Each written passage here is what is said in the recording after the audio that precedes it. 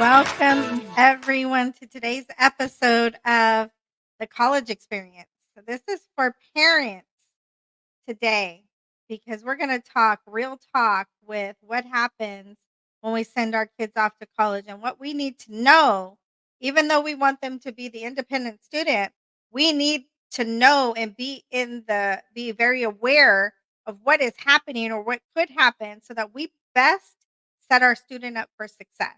And so, if you are a parent that has children that may go to college, are in college currently, or you know anybody that has a student about to go to college or in college, we're in college season right now where we're doing lots of move ins and we need this information out to our parents.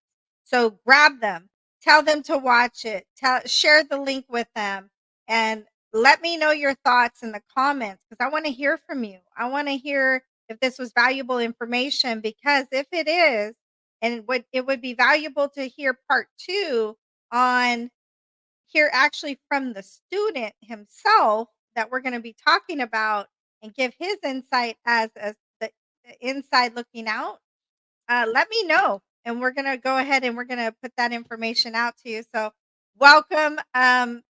We're all getting ready for to send our kid to college, right? Our student, our young adult to college.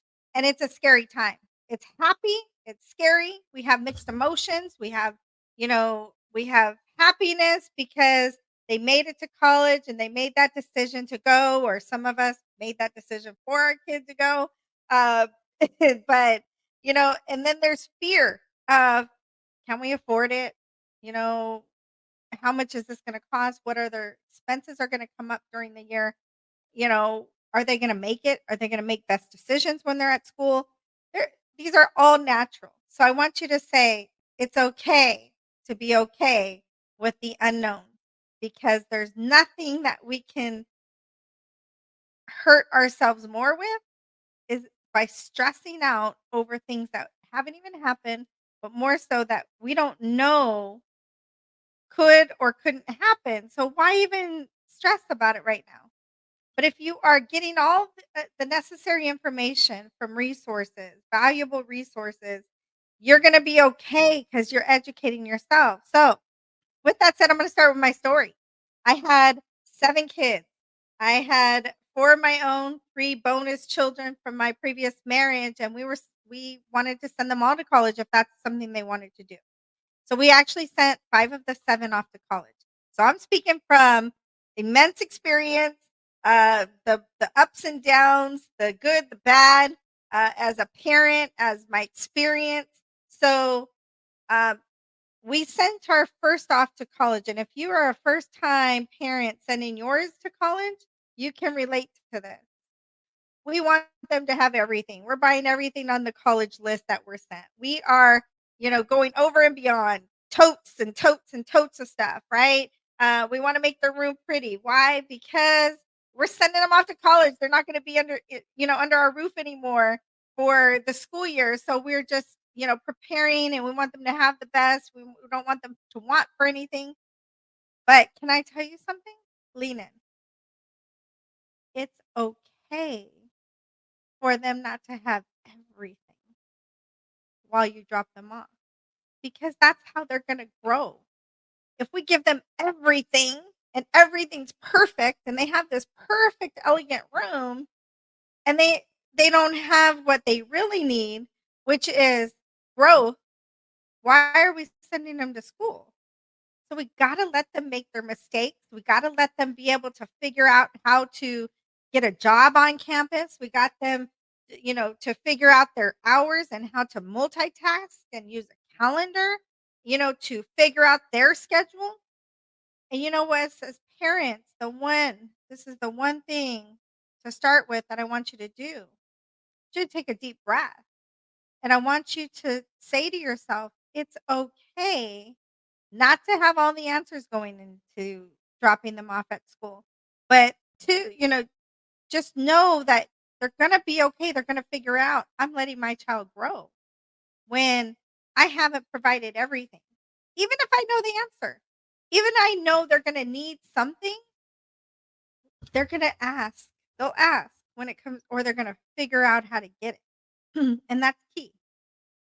So we're gonna go over stuff at the end that, I would suggest, putting, getting ready and taking your child to school to college. I'm gonna have like a little bit of a discussion on what to bring for them and what they really need and what they don't need. But I want to share what is most important, and that's the college starter pack and why you need that. So listen in as I tell my story because I didn't have the college starter pack when I first sent my first child to school, but best believe I had it later on. And so my son was my everything. He still is. I want to say first and foremost, he is now a successful entrepreneur, but also, he works in corporate America as well, making great money. And he has, from his experience and what he has learned at school, he has rebounded so much, and I'm so proud of him. But it always wasn't like that. When he started school, um, he was figuring things out, like I said. We didn't have all the answers for him, but we were figuring it out as parents too, because we didn't know. We never sent any of our children to school yet. He was the first. And so we sent him off to a college out of state. And we wanted to make sure he had everything. So we not only sent him with stuff, had stuff shipped over out of state that we knew he needed, but we had the list and we had bought everything on the list plus some. And then when we got there and got him moved in, we then went and bought another set of things, right?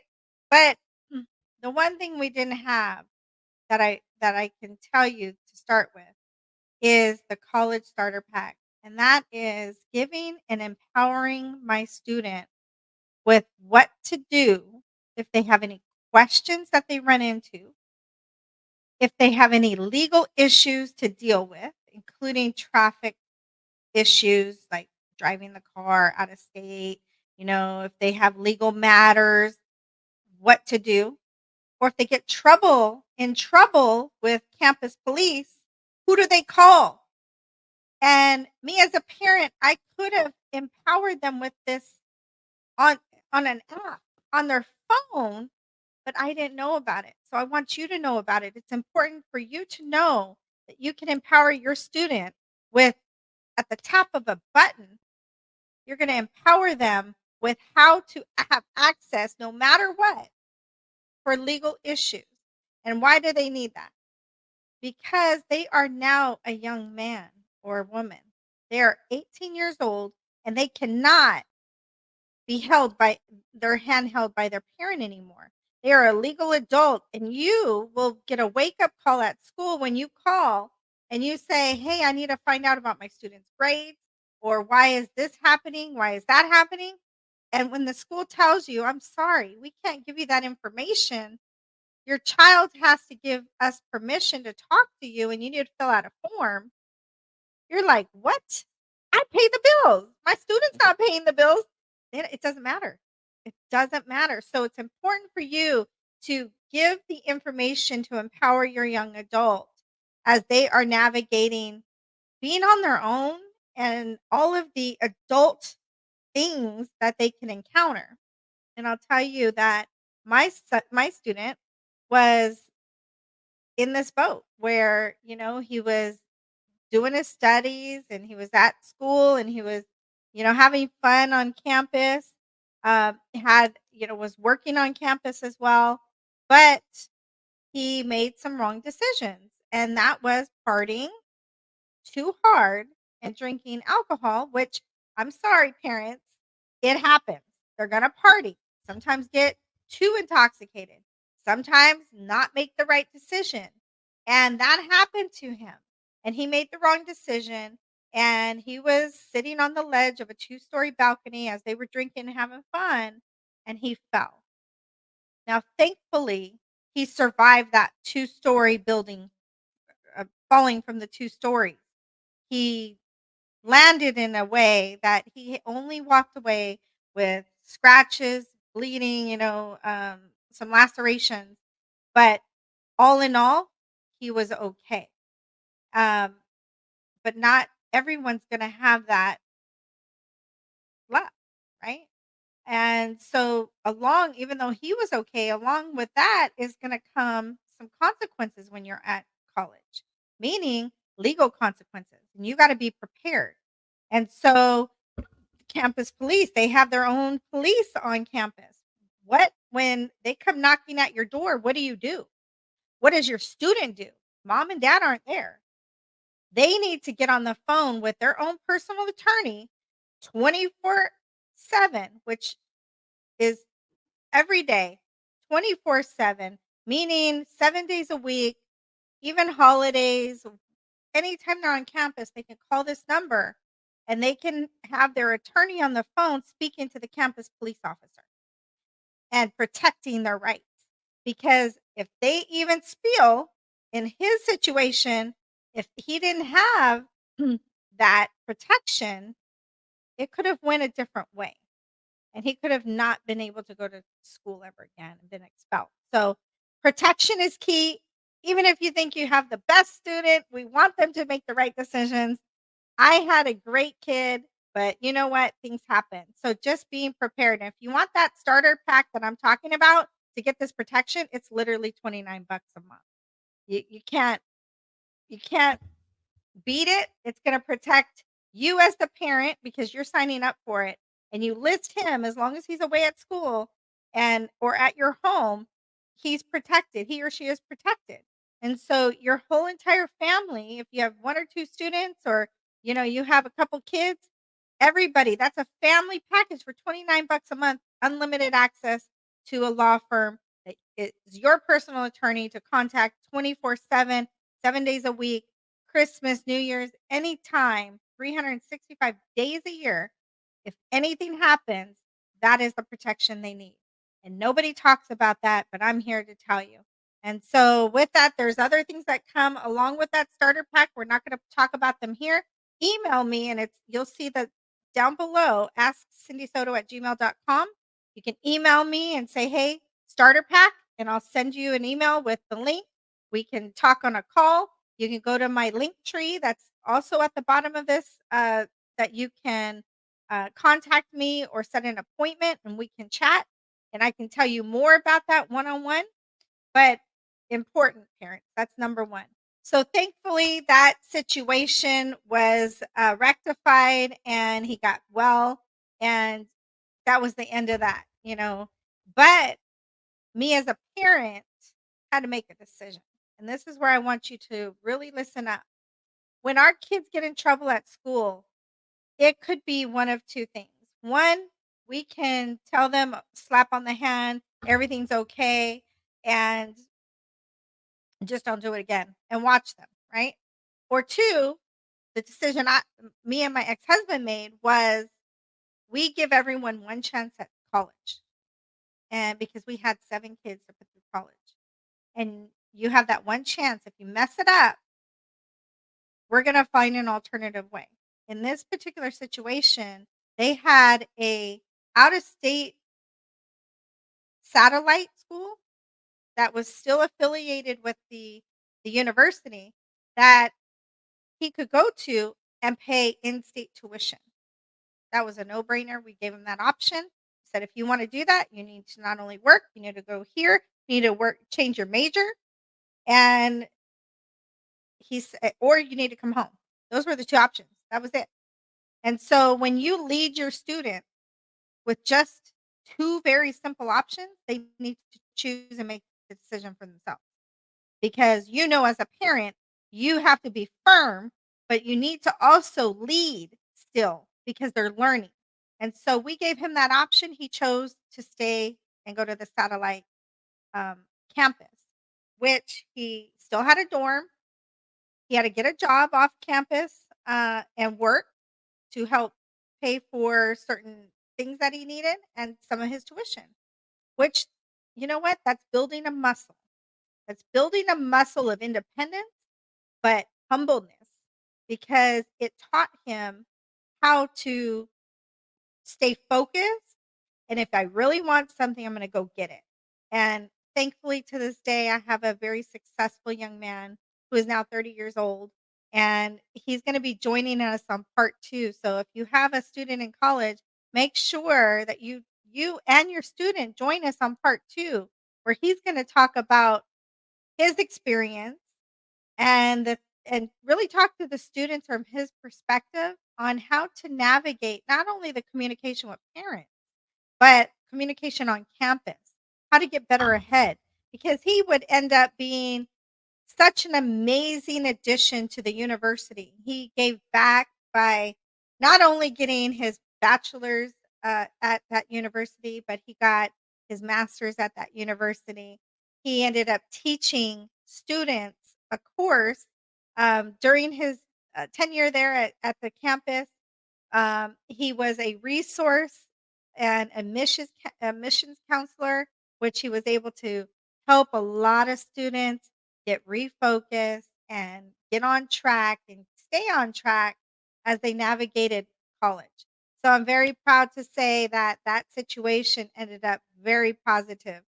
Um, the next thing I want to share with you, what to not only communicate this and get this legal starter pack for your student, and your family, but I want you to be aware of what to navigate or bring and why it's necessary when you drop your student off at school. First of all, you need to create a bank account. If you haven't already, which I want to say, if you have a high schooler, you should be doing this now in preparation for school. But if you have not, it's not too late to start. Get your student an account. This is going to be the account that they're going to know it's a checking account, what the difference between a checking and savings is, and navigate that. We're going to have financial literacy later on in another episode, but I want to just give you a broad overview. Make sure they know how to access their money, how to deposit their money, and all those steps. And if you don't know, go to your local branch. That is wherever they are going to school at. Make sure there is a bank near there that they can access, but know that educate them on what to do as well. So the branch should be able to help you with that and explain it to your student. The second thing is they need to have their ID, of course, their social security card, their medical card. But parents, this is a tip. We don't need to carry that stuff on us anymore.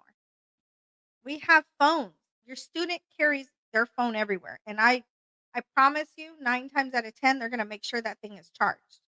They're always going to have access to their phone, right? Because God forbid they don't have their phone goes dead. They're like running around like a wild person trying to find a charger, right?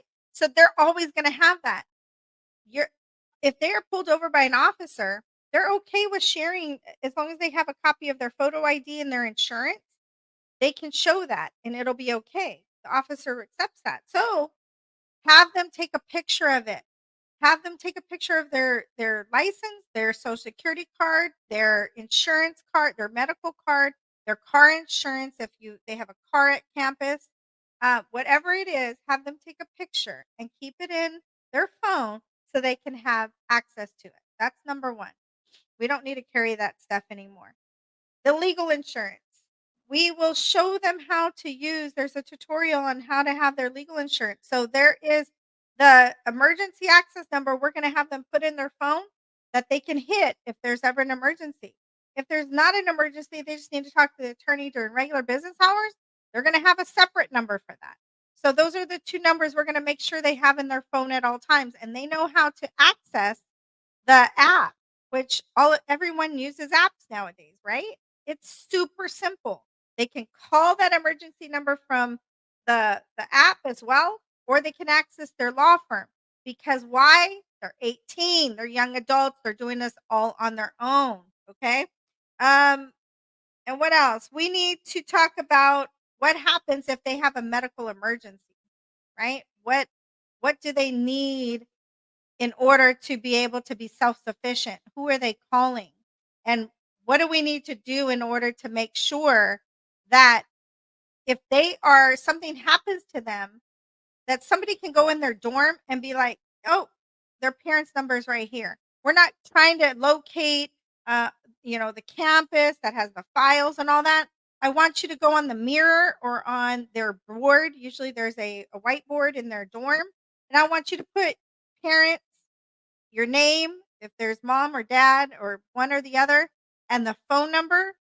And also, I want you to write down their medical number, okay? Or who to call. Maybe if they have, Health Net or whatever it is, write down that medical number, okay? And that's just in the event something was to happen, then nobody has to know or, figure it out or wait for somebody to go figure it out. Normally, phones are locked, right? And so your student's going to have their phone locked. Nobody can access it. Nobody knows how to get a hold of you. And you could have been delayed. And, by the time they find out that information, 30 minutes to an hour. And when there's an emergency, you need to know. So that's another thing, okay? For our parents that are dropping off their female student, I want you to know that usually the campuses have an emergency box every so many feet, and I want you to share this with your student, female or male. Make sure they know that these boxes exist and what it's for, and make sure that they have access to in their phone, they have the campus police number, okay? Super important because we don't know when we'll need it, where we're at, if we're feeling unsafe, and in case that box is not working for whatever reason, they can get on their phone and touch that button and call campus police. Super important. The next, thing I wanna mention to you that, as a 911 dispatcher, this was really important for me, because when you're routing an emergency call, it's going if you dial 911 from your cell phone, it's hitting and pinging off and going to usually the highway patrol. It's not going directly into your police department. And this is for anybody in in any state, okay? So I want that everyone has in every state, every city has a local emergency number. If you don't know it, call or look it up and just put my local emergency 911 number in Google for whatever state or city you're living in. Do it by the city, and it'll give you the number to call. What does that do? That's giving you direct access into the police department where you currently live. Okay. So super important. These are just some just safety things that parents need to know. Um, and knowing it now before your student goes is super important, okay? And so the last thing we're going to cover is the things to bring to school, to college, right? My number one thing is just pack a tote or whatever clothes they're bringing, clothes, shoes, and the essentials from home. So if you have a couple of towels, do not go out and buy stuff. If you don't need to, take 2 towels from home, couple of washcloths, and put it in your student's, bag or tote with that, right? And if you have essentials like the soap and whatever else, okay, put it in there. What they do need is for their bathroom essentials, they're gonna need flip-flops. It's dirty. It's very dirty in those dorm rooms, okay? So, in those dorm bathrooms, especially when it's shared, and if it's not shared, it's even more filthy because our kids aren't cleaning this stuff, right? It's just not. So, give them flip-flops or some type of shoe to wear in the shower, and you're gonna need a shower caddy with all their whatever they shampoo, conditioner, body soap, their loofah, whatever it is that they have, pack it in there and into the caddy. Already packed. So the caddy has all this stuff in there. That saves time, space, super powerful, okay? Um, Refrigerator and microwave. Normally, if your dorm has it, great. You don't have to buy it, you don't have to rent it. But all these people that rent it, I don't understand. You pay 159 bucks maybe to buy this at like Amazon or whatever. Get the one with the freezer. Um, get a microwave if the your university allows it, because this one-time purchase is going to save you a lot of money in the end because you're paying every month for this microwave and refrigerator. By the end of 4 years, you could have just bought 10 of them. So just buy it up front. Now, if you're out of state like we were, we actually would find a garage of a student that actually lives in Arizona, or if we had a friend, wherever the our student was going to college, and we just stored it in there when they had to check out for the summer, and then we just went and got it back. Which network, network. If you have, um, if he has your student has a roommate or people around, befriend some of these people and talk to their parents because you'll usually at parent night or family night, you're gonna get to know these parents, and you can actually just store your stuff and not have to pay for it, and it's a win-win. They're helping you, and maybe you'll look after their kid during, take them out to eat or something, right? During the school year. So it's just a win-win. Um and then you have the dorm room bedding. They give you this list of everything to buy. What I would say your child needs, no matter what, is they're going to need a mattress pad that has like a cushion because those beds are horrible. They're not comfortable. Make your student comfortable. Have a comfortable pillow for them and then their bedding. Besides that, there's not a lot of room. So they're going to need hangers for their little closet that they have. Um, Risers, some people want the risers. I mean, it's up to you, but sometimes it's helpful. Don't buy risers or anything else until after you see the dorm. Go and see their room, put everything up, take a step back, like their clothes and stuff, and then their bathroom essentials that we talked about. When you take a step back, you're going to realize, oh my gosh, they don't really have a lot of room, right? So we don't need to buy a whole bunch of stuff. You might want to put a whiteboard up or whatever. Make sure you buy the command strips. You're always going to need those. Bring a small toolkit because if your child needs their something put together that they bought, make sure you have that. They're going to need an alarm clock. I say an alarm clock, old school alarm clock. Why? Because phones die, chargers, may fail, whatever. Get a battery operated alarm clock. It helps. And the last thing I would say is buy your student a printer, even if it's a cheap printer, because by the time they go and they print whatever they need and whatever it is that they're printing for that assignment, sometimes it won't get done. So if they have a printer in house, then they can print their stuff and go about their day. It saves a lot of time, and I would get like a desk, just a small printer. They have the little compact printers, and then make sure you supply the paper for your student. Other than that, the usual um, paper, pencils. They just need a couple of folders.